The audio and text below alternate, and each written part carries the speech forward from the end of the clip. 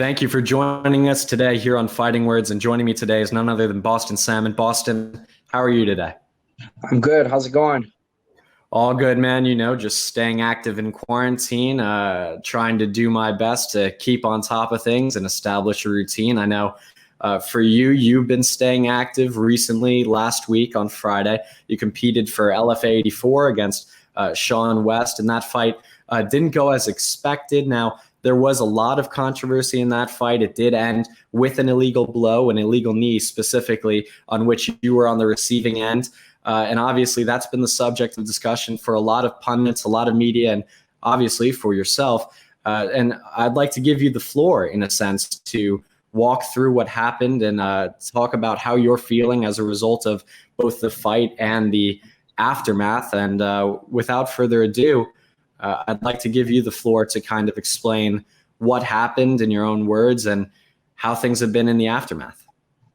Let's just recap about the fight. Going into the fight, we were fighting Shawn West, very game opponent. If you look at that whole card on LFA, he was the most experienced veteran on that card, and it was going to be fireworks regardless, and going into the fight, it was a very, very tough fight for me. The fight meant a lot to me, where a lot of people are actually shocked that I was released from the UFC, and I've been kind of on the distance of that, of not really releasing that to the public, of being released from the UFC after 2 losses, and something that I haven't covered was that, I've been fighting at a weight class that I've been killing myself for so long, and if you know me, and if you see me in the gym, and if you see me perform, I was never a 35er, and I truly believe in that. And I've done all the testings that they had at the UFC, and everything justified that I wasn't competing at my weight, and that showed off in my last 2 fights, or my previous 2 fights with Kaleta, the finish in what was it, 25 seconds in the first round. When that happened, I thought it was a fluke. I thought it was a lucky shot. I thought it was an early stoppage. Well, so be it. It happened, right? I took the loss on my chin. I moved on from it, right? I got better. Fast forward into that, I fought in October, and I fought Ryan Acosta, another game opponent, right? Let's not forget that Kaleta ended up testing positive for steroids after that. No one ever talked about that. Not even saying that was for my fight, but, no one ever looks at that either, right? But let's fast forward to Ryan Acosta. I fight Ryan Acosta. He's a very game opponent. And we're going at it. I set the tempo. I feel like I hurt him. And I forget what shot it was. He threw a little shot. It barely even glazed my chin. And I couldn't feel my feet, prior up to the fight or in the cage. I couldn't feel my feet. I couldn't feel my hands. And the weight cuts are never easy, no one ever looks at that. And it's on my part, it's my responsibility of catching that earlier. And prior to that, I was off for 2 years. I had knee surgery, and I was off for 2 years, and I was just sitting and rotting. I was doing as much as I could to stay in shape and rehab my knee, coming off a knee surgery to be ready for my debut, the highly anticipated debut of Boston Salmon. And I did whatever I can. I followed the guidelines that UFCPI had for me, and I did everything that I need to do. But over the time, I think my body has grown, and I'm not getting any younger. And at the time, when I made my debut, I was 29. Cutting 30, 35 pounds. And that was just never healthy for me. And with the results of all my testings of my body mass index and all that stuff, I was basically cutting 5 pounds from my lean mass. So if my lean mass was at 140, I was cutting 5 pounds from that, and that was taken from my organs, and that was affecting my ability to perform and take shots. I've never been dropped, and I can't tell you the last time I've been dropped. I've never been dropped up until the Kaleta fight, and that affected me in my last 2 fights. Let's fast forward going into the Shawn West fight. I think a lot of people are surprised that I was fighting at 150. Fighting at a catch weight. They called me on 4 weeks' notice, and I was like, yeah, I'm ready to fight. This is what I want to do. In order for me to get back into the UFC or a big organization, I need to win. I need I need to get my mojo back. I need to see who I am again. After those 2 losses in the UFC, and it built a fire in me, man. Just getting released from the UFC, knowing what I could have done and what I didn't do. I wanted to get back, and that's exactly where we're headed to. And we take the fight, on short notice at 150. We make the weight. There are a lot of distractions that we can talk about later leading up to the fight, but let's fast forward to the fight.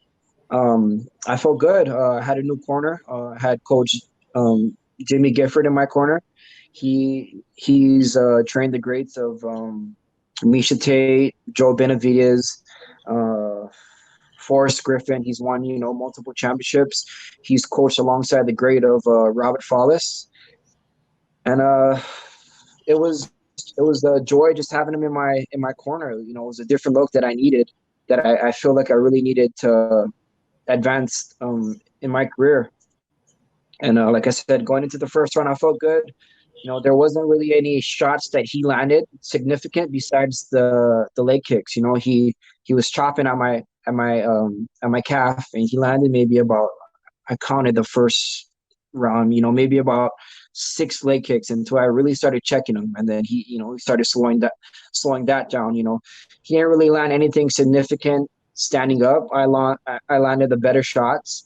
I landed a few leg kicks. So I mean, going into that fight, going into that first round, you could really give it to me or him. And I don't, I'm not a judge, but I have myself winning that fight, or winning that first round, or maybe it could have been him. It could have went any other way, right? Going into the second round, or I sat on the stool. Coach Giff had a little talk with me, and I'm like, okay, like I got him now. I could see all the punches in front of me. Like this kid has nothing for me. I'm going to finish him. So we go out there. I'm feeling him out. He's not really throwing those leg kicks anymore. And I heard him. I heard him once. I hear my corner. My corner is telling me to finish him. And I look in the eyes of Shawn West. I had him hurt. I had him hurt bad. And I looked at him. I was like, all right, he's not ready to go yet. So I backed off. We get into another exchange. I heard him again. And I look in his eyes. I hear my corner. Coach Giff, I forget what he said. He was like, he's ready. That's basically saying that he's ready to go. He's ready to get finished, right? So I look at him again. I'm ready to kill him. I'm ready to go in there for the finish. And I look in his eyes again, and then he just kind of like recollects himself and recuperates. I'm like, oh, okay, he's not ready to go. So I step back, I give it a little break, and then we get into a little exchange. I throw a straight left. He throws the same punch. We throw a right hook. I catch him with my wrist. He catches me on my chin. So I'm off balance. It's basically a double knockdown. If you look back at it, it's a double knockdown. We catch each other at the same time. I stun him. He's hurt. He hits me. Obviously, I'm hurt. I'm not to the point where I'm going to be finished, and that's the last thing I really remember. I just remember getting phased from that hook. Like I said, we threw the hooks at the same time. I was off balance. He was off balance. I fell to my left, and then I could see him in a distance. He's all the way on the other side of the. I'm sorry if I'm shivering. That's so much fucking nerves to be talking about, and it's a little cold in this room. But I see him from a distance, and I can't really collect myself, because I'm trying to get up. There's a lot going on, and then that's it. Fucking lights off, bro. I wake up, less than a fucking minute, like a G. That's a shot that would have put out fucking Francis Ngannou, if you ask me. That shot right there puts out anybody, And I get my hand raised. I have a cut on my eye. I'm like, I'm still fucking, I'm not all there yet, bro. And I look at my coach. My coach is fucking furious of what just happened and the illegal shot that I took. And I get my hand raised, and then I'm in the back talking to the doctors. I must have questioned my coach about 10 times, like what happened, And yeah, man, that's what happened. I suffered a legal shot that could be career ending. I don't know where this takes me from here, but that's kind of where I'm at. And, that's why I figure I call you, because this needs to raise awareness. And I want the safety out there for not just myself, but for the future fighters that are, up and coming and will be on this level. And, I get it. We're in a fight. Anything can happen. And I'm willing to give it all I can in that cage, But shots like this shouldn't be acceptable, and there should be consequences. Right. And of course, you can see the effects of that shot on your face currently. The event was Friday. It is now Wednesday during the time of this filming, so some time has passed. You mentioned that you spoke to several doctors after the event obviously being held in conjunction with Sanford Health over in South Dakota, or North Dakota? Sioux Falls, South Dakota. Yes. I need to stop doubting myself, of course. So now, of course, you mentioned that you did speak to those doctors. Did you receive a diagnosis? Is there anything medically of note? So I don't know how to put this into words, and I'm going to try and be as honest as I can. I feel like LFA did whatever they can or whatever they could, to protect the safety of the fighters on that card, and I respect them. Thank you very much, Ed Source, Savine, Mark Beery, and their staff. Thank you guys. I think more so was the commission, the medical staff that was involved. There were doctors, obviously, but I don't know if it was the med assistant or what that was taking care of me. But I'm not sure if they even watched the fight, man. If any doctor would have watched that fight, they probably would have rushed me straight to the hospital. I came back to the locker room and they gave me a concussion protocol and just basic shit. Hey, first, last name, where you're at, what's the name of the arena, date of birth, a few other questions that I was able to answer really good. I answered all the questions, so basically passed the concussion protocol. And I kept telling the med assistant or whoever it was, I just knew he wasn't the actual doctor, the whatever primary doctor that they had in charge. I kept telling him, I kept repeating him, I kept repeating myself. I kept telling him that, hey, something feels broken. My jaw feels broken. Can you check my face? Is there anything broken? Is there bleeding in my brain? And he wasn't really able to answer those questions. He just told me. And you got to figure, bro, like this is right after my fight, man. I had no idea what was going on. I was unconscious. I got knocked out from a illegal knee, that was really severe. I feel like if the blow was a little higher on my temple or a little bit or higher up, who knows if I would even be here talking to this day, or who knows if I would have even waken up, And I think the fight wasn't as dramatic because I got up in less than, I don't know, my coach said I got up within like 30 seconds or so, and LFA, they took their pictures, they did the video, they raised my hand, and I just had a little cut on my eye, right? So people probably thought like, oh, okay, he's okay. He just got a cut on his eye, but it was more to that. Like I said, when I saw the medical assistant or whatever he was, and I did all the concussion protocol, I kept asking because I was concerned myself, and like I said, there was a lot going on, and I was unconscious, and I mean, I had a concussion, that's for sure. I was dealing with a lot of shit at that time, a lot of trauma. And I kept just repeating myself, like, I think something's broken. They're like, no, everything's fine. Your jaw's not broken. Your face looks fine. Like, you're okay. I'm like, okay, cool. He told my coach that, we need to monitor him if he's nauseous or this and that. Like, if he goes to sleep, like, you need to monitor him and whatever. If it gets worse, you guys need to take him to the hospital, But fighting for other organizations like the UFC, if that would ever happen, I know they would have taken you right to the hospital. Seeing how severe that damage was, right? Anything could have happened, right? I go home, I fall asleep. I could have had bleeding in my brain or something. Not wake up like a lot of boxers do in that case, right? And that's what I was kind of worried about. My parents were calling, my girl was calling, she was concerned. They were blowing up. My manager was blowing up my coach, and I was torn just the way everything happened. I was being stubborn. I didn't want to go to the hospital yet. And I mean, like I said, doctors didn't tell me to go to the hospital. If there wasn't an option on the table, I would have been at the hospital, just healing up and taking whatever precautions that was needed. And I was just kind of taking the doctor's word, right, saying that nothing was broken and that I'd be okay.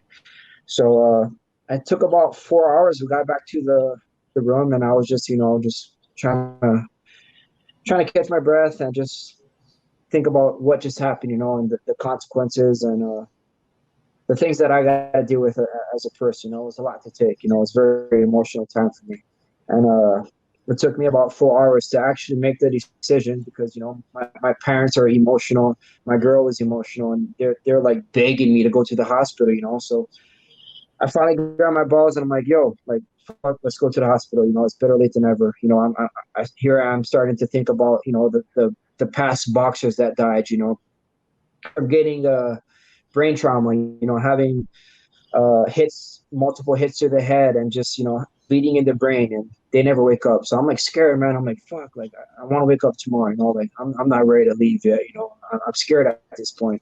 So I'm like, all right, let's hit up Mark Beery. We text him. He gets us an Uber.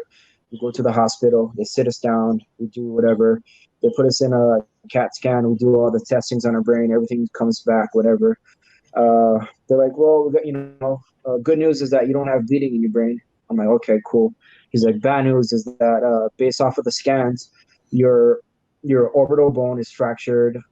This other, like my cheekbone is fractured, and some sinus is bleeding. Like some sinus, I forget what exact terms they use, but some sinus is bleeding, whatever. So my heart drops. I'm like, fuck, man, like now I got to get surgery, right? They're like, we're trying to reach out to a specialist. Right now it's like 2:30 in the morning in South Dakota, right?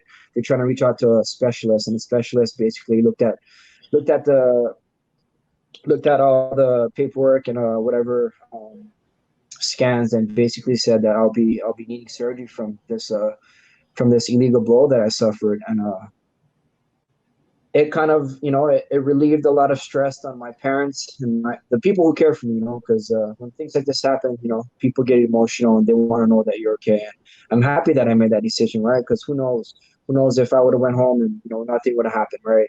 Okay, doctors cleared me. They said nothing's broken. I go back to Vegas, and now I find out, you know, nothing's getting any better, right? I'm just stuck with stitches thinking that nothing's broken, right? And then who knows down the road, maybe I go see a doctor, and maybe, I'm not sure, maybe LFA doesn't cover it, or maybe they're not responsible for it. Now I'm left with that, you know?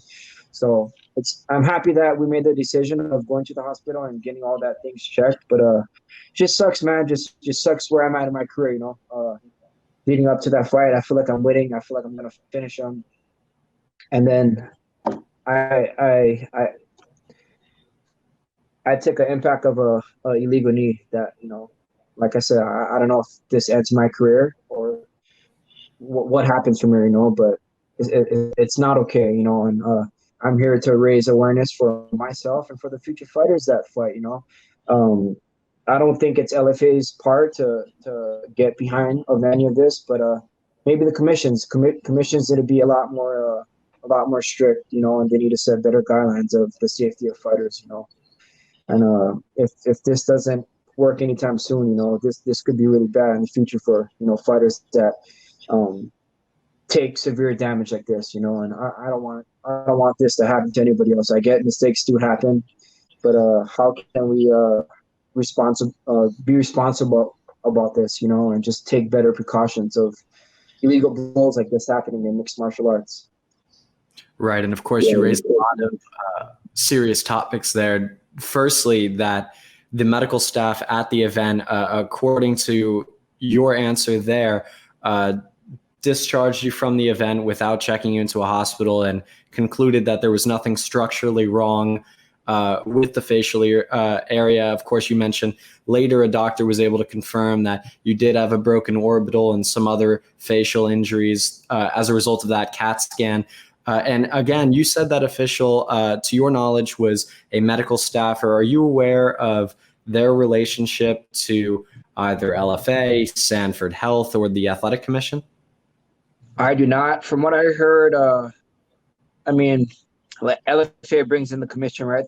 The commission is responsible for whatever sanctioning, right? And then commission brings in their health staff, right? So like I said, I don't think LFA was even a part of that, right? That's a part of the commission staff being responsible for that. And I just think that could have been handled a lot differently. You know, if I was in the UFC and that happened, I'm sure I would have been rushed right to the hospital immediately. You know, I wouldn't have a say. You know. And that's just kind of where I'm at. You know, it was a tough pill to swallow, and as fighters, we're stubborn, we're tough, you know, we don't want to go to the hospital, bro. And we shouldn't have a decision at that time, you know, like I had a concussion, you know, I'm not thinking in the right state of my mind, you know, I don't know what's going on. I didn't even know I won the fucking fight, bro. Right, of course. Now, of course, another aspect of this story that's interesting is the amount of concern that both you, your family members, friends, coaches, and manager had about this situation. And of course, how nerve-wracking and emotional that must have been for you. You mentioned briefly about the significance and the magnitude of the concern that both you and those who you mentioned your loved ones had about past injuries that have occurred in mixed martial arts and in boxing and other injuries that have been sustained by fighters that have been dramatic and significant in nature. Now, you mentioned that there was a weight lifted off your shoulders when you got the results back. Although they were not good results, they were not as bad as they could be. Could you walk through just the way that your emotions changed from the ending of the fight, regaining consciousness and being checked out at the event, to going back to the hotel room and then making the decision to go to the hospital, and then from the hospital getting your results back? For me, it was a big relief because I didn't know what was going on, bro. You know, like I kept telling my coach that I think something's wrong. I think something is broken, you know. And this is after I got spoken to from the first doctors, you know, from the locker rooms. I was just kind of going off of what they said, you know, and they don't know how I feel. Only I know that, right? Only I know the pain that I'm enduring and feeling, you know, at the time. And I knew something was wrong, you know. And I'm very happy and I'm very fortunate that I have people that care for me. And I was basically almost forced to go to the hospital, you know, when I didn't want to, you know, and that was coming from my family, you know, the people who care for me, and my coaches, my management, and my girlfriend. And I just feel like if it wasn't for them, I would have never made the decision to go to the hospital and seek more attention and more health concerning about what was going on. And like I said, it was a big relief knowing that I did go to the hospital, and I got all these scans done, and there wasn't any bleeding in my brain, or to find out that I needed to get surgery eventually. Right. And of course, you mentioned being in the hotel, then being checked out at the hospital. Are you home in Vegas now? Yes, in Vegas. I see a face specialist tomorrow, so we'll get word on what's gonna happen. We did a really quick CAT scan or whatever scan in South Dakota. They spoke with their specialist. Their specialist contacted me, and I'm back here in Vegas, and I'm going to use LFA staff or whatever doctors that they deal with out here in Las Vegas. So I get a better chance of what's happening tomorrow. I want to get a better scan and see, where I'm at there. And at this point right now, I can only focus on my health and my mental health, my physical health, and see how I can heal up from here. Like I said, I don't know where the future goes from here, but most importantly, I got to focus on my health. And like I said, I think it's more so getting on the commissions. For instance, you look at Mike Tyson and Holyfield. This might not even be relevant. Holyfield gets his ear bitten off from Mike Tyson. What happens? He gets suspended. Mike Tyson gets suspended. He gets fined, whatever. A lot of people are messaging me. They're commenting saying that Shawn West should get suspended. There should be precautions taken for that. And part of me agrees with them, and part of me doesn't agree with them. I could see where Shawn's coming from, and a man of respect. He reached out to me, multiple times, checking on me to see if he was okay and that he was sorry. After the fight, when it happened, he jumped on the cage and he was celebrating, not knowing that you just threw an illegal knee that took me out, that put me unconscious, and now I got to go get surgery for that, like no fighter deserves that, bro. If it's a legal shot, if it's in the clinch, if it's off of a punch, so albeit, right? That's a legal shot. That clearly was not a legal shot. I was on my floors. I was a grounded opponent. The guy Shawn West has over 20 fights, and there's no there's no excuse for that, you know. And it took me a while to actually be true to myself to say that, right? There's no there's really no excuse for that blow, you know. You can say it whatever he wants, right? You could say, yeah, I should have punched this and that. Yes, you should have, you know, that knee should have never happened. And now it's forced me to have damage to myself. You know, it could be career ending. It could not be. You know, I don't know. But should I be in this boat here now of having this damage done? You know, probably not from an illegal blow. But you know, here we are. I want to raise awareness for the future fighters, and here on out, you know, we just commissions need to be a lot more safe and take better precautions of handling these situations. You know, because I feel like in the future, if they don't take better precautions, a lot worse things could happen from this. Right. And of course, you mentioned Shawn West, your opponent. You mentioned the two sides of the argument to what could have happened and what could happen going forward. And of course, you mentioned that he did reach out. I understand that this must be a very complicated situation for you when you approach the way that you feel about both West's action and reactions to what should be done moving forward. But could I get your thoughts on what you feel is the proper course of action on both fronts? See that? I mean, that I don't want to get involved in, right? That should be the commission's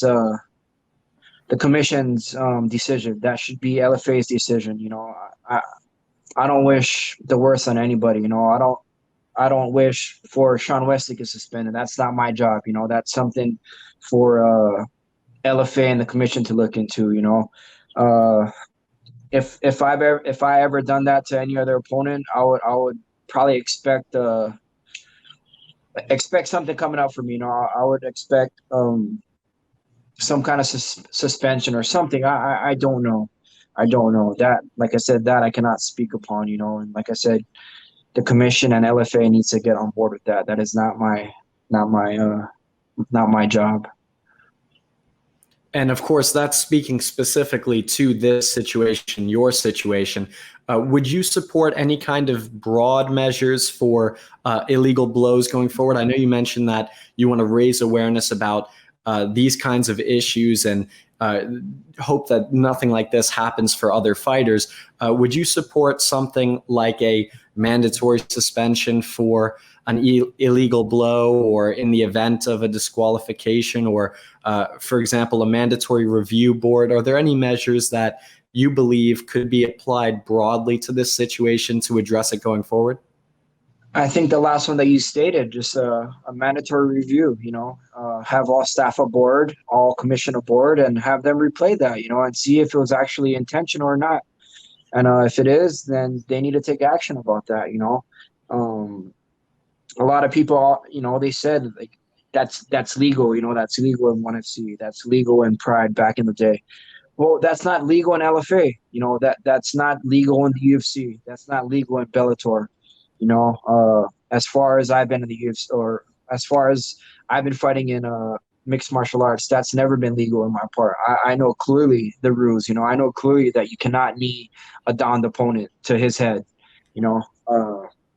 Before the event started, those rules were put out there, you know, whether or not are clear to myself or Shawn West's part. He has over 26 fights. You should know that, right? There's no excuse for that. And do you believe, you mentioned with that a review option moving forward, that they would aim to focus on whether or not the strike was intentional or not? Do you believe the strike was thrown with the knowledge that it was illegal, or was it one of those things where you're in the fight, the adrenaline is flowing, and it just happens? Yes and no to both, right? I do get where Shawn's coming from. We threw a shot at the same time. It was almost a double knockdown, right? Besides him getting staggered and him not going down. So who knows what happened? What was going on in his mind? You know, he was hurt for sure. You know, I'm sure he can admit that he was hurt. You know, I was hurt. I was getting up. I knew what was happening. I was conscious at the time, right? You go back to the replay, man. He staggered, right? He was about what, almost to the other side of the cage and ran and threw a flying knee to my head. That is not okay. You know, whether you thought I was coming up or not, like that's not legal. You know, and it's just tough for me because it's unnecessary damage that I got to take and that I got to live with, right? Uh, do I think that Shawn West was going to make it in the UFC or any other big organization? No. He was a feeder for me. He was a feeder for me to go in there and get back in the win column. You know, I was a prospect. I know I'm still that athlete out there that can, you know, win a championship in the UFC or whatever organization that they put me in front. You know, I'm a firm believer in that, and a lot of people can vouch for me with that too. You know, I've never lost a touch. I feel like, you know, and I felt the best I felt in my last 6 fights. You know, I had something good going on in there. You know, and it got ended by an illegal knee. Right. And of course, just going back for one moment, you did mention earlier in the conversation that one of the factors in going to the hospital while still in South Dakota was an insurance question about whether or not any prospective surgery would be paid for by either the promotion or whether it would be covered by a certain insurance. With the consultation that you're having tomorrow and the surgery that you said that you will be having going forward, assuming things continue the way that they look now, what is the insurance situation as far as liability and the cost of a potential surgery here? That I don't know yet. From my understanding, my girlfriend and my manager, they're going through all the paperwork, whatever. Mark Berry already submitted the claim for insurance, so by tomorrow, everything should be covered, and moving forward, everything should be covered. That I cannot speak about because, you know, nothing has happened yet. So I can't say if everything was fully covered, but to my understanding, it should be. Throughout the interview, you've mentioned that this may or may not be your last fight, that this injury and the illegal strike that caused it may be something that puts an end to your fighting career. As you've mentioned, health comes first, and that's your foremost concern, both in this specific instance and moving forward with combat sports. I know that's such a difficult decision to go through as a fighter and a very difficult and complicated situation to have to deal with. But what factors have gone into that line of thinking? I know you haven't made a decision yet, but what are the kinds of things that are coming up as you have this discussion, both with yourself, your team, and others? Mike, I'm 29. I'm a good-looking young man. You know, one day I want to have a family. You know, it's just tough. It's a tough decision. There's days where, you know, I get super emotional, you know, and seeing that happen, you know, I think the first time it was like an hour after the fight. I looked at my Twitter was fucking blown up, right? Errol Hawani is tweeting about it. A lot of people, John Anik commented about it. It's all over there. You know, every media company is highlighting it on Twitter or Instagram. You know, my shit's blowing up, you know. And when I look at the replay, I'm like, damn, like, fuck, like, I got to live with that now, right? I got to live about people fucking going out there just like, oh, he's coming off of 2 losses. He's getting knocked out. That wasn't a case, bro. I was winning the fight, you know, and I sustained really severe damage over an illegal knee, you know. Had that not happened, I probably would have been back in the UFC, you know. And don't get me wrong, you know, I heal up from this. I can still make a run, right? Like I said, I'm still young. I have what it takes to be, you know, UFC champion, you know. But first and foremost, I need to take care of my health, you know. But that just needed to be highlighted, man. You know, that was getting a lot of attention.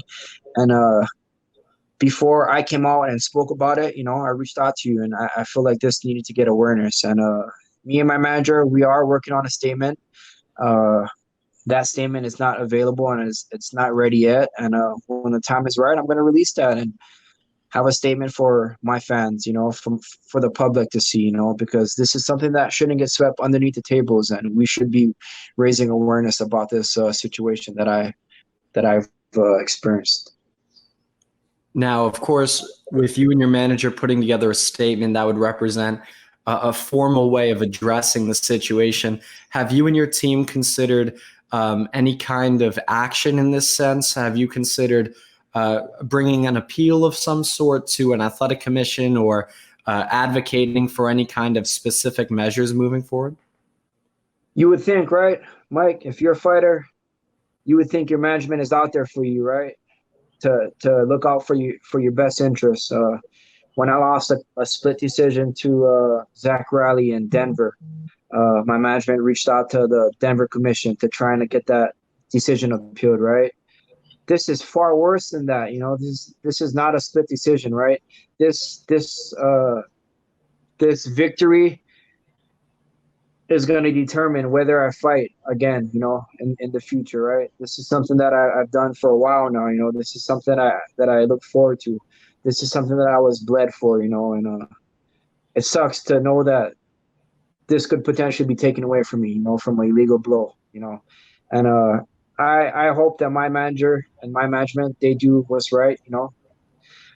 Like I said, we spoke here and there. I do not know what's going to happen, you know, and that's why, you know, I reached out to you because I wanted this to raise awareness. You know, I wanted the people to know, you know, I want the commission to be aware of what went on that night, you know, and to take better precautions moving on forward from this. You know, if it's me fighting from here on out, you know, if it's from here, me retiring and not fighting again, man. Like I said, I wanted to raise awareness about this just because this can't be happening, you know. This can't be happening to me, and this can't be happening to the future fighters, the upcoming fighters that are trying to make it to the UFC, you know, because this could end someone's career. This could potentially end someone's life, you know. I'm thankful for my team, you know, my coaches, my girlfriend, my family, to be there on my side and, you know, to focus on my health, you know, and that's something that I need to focus on before I can even make a decision from here on out, you know. Certainly, I can obviously understand that. A lot of emotions going into this, but also a lot of logic and steps to be taken and a lot of decisions to be made. So I can certainly understand that. Now, we also mentioned that the clip did go, in a sense, viral. It was picked up by multiple outlets on Twitter and multiple big personalities within the sport. What has the reaction been on social media, if you've been on social media at all? It's, look at it, Mike. It's all negative, you know. I wouldn't even want to do a poll about who was right or who was wrong, right? Shawn West was clearly in the wrong, right? There was no given circumstances for him to even argue, right, about if that was an illegal blow or not. After the fight, he celebrated. He was, you know, he jumped on the cage. He was celebrating. If that fight is in any other place, right, in Vegas, in Hawaii, wherever, you know, if my fan base is there, a riot's breaking out, bro. That shit's not happening, you know. I'm not even saying that, you know, it's hard for me to even put that in that picture, right, because there was no one in the stands, you know. But even my coach felt pain, you know. A lot of people felt pain when that happened, right, to see me get knocked out like that, unconscious, you know. My fights in the UFC, I wasn't even knocked out unconscious, right? I was still aware of what was happening. I got TKO'd. I knew what was happening. I wasn't knocked out, right? That fight, I was knocked out, man. I was knocked out. I didn't remember what happened.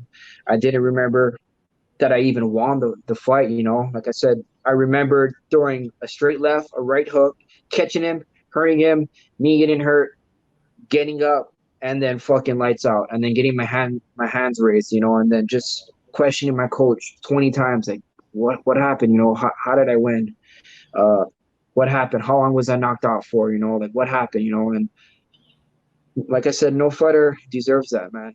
Accidents are going to happen, right? They are, but we need to be better about this and be professional about this. Right. And again, Boston, thank you so much for your time. I'm grateful for it. I'm grateful that you chose to come on the show and speak with me, and I'm grateful that Mike, I didn't speak with anybody yet, man. You were actually the first one that I actually, you know, reached out to. Like I said, I had multiple people reaching out to me, commenting, whatever. I was trying my best to just block out social media because I don't need that shit right now. You know, social media does nothing for me. You know, I like your work. I'm a fan of what you got going on in the future. I think you have the potential to be, you know, one of the greats in that aspect. And you're young in the sport, you're young in the game, and I feel like if there's anyone that I need to raise awareness to, if there's any outlet that I need to look up to and reach out to, it was going to be you. Boston, as I said before we started recording, again, that means the world to me to hear you say that, and also to know that that's the way you feel. And again, I greatly appreciate it, and we'll do our best here with this story to bring it to light and to allow you to use your voice in the way that only you can.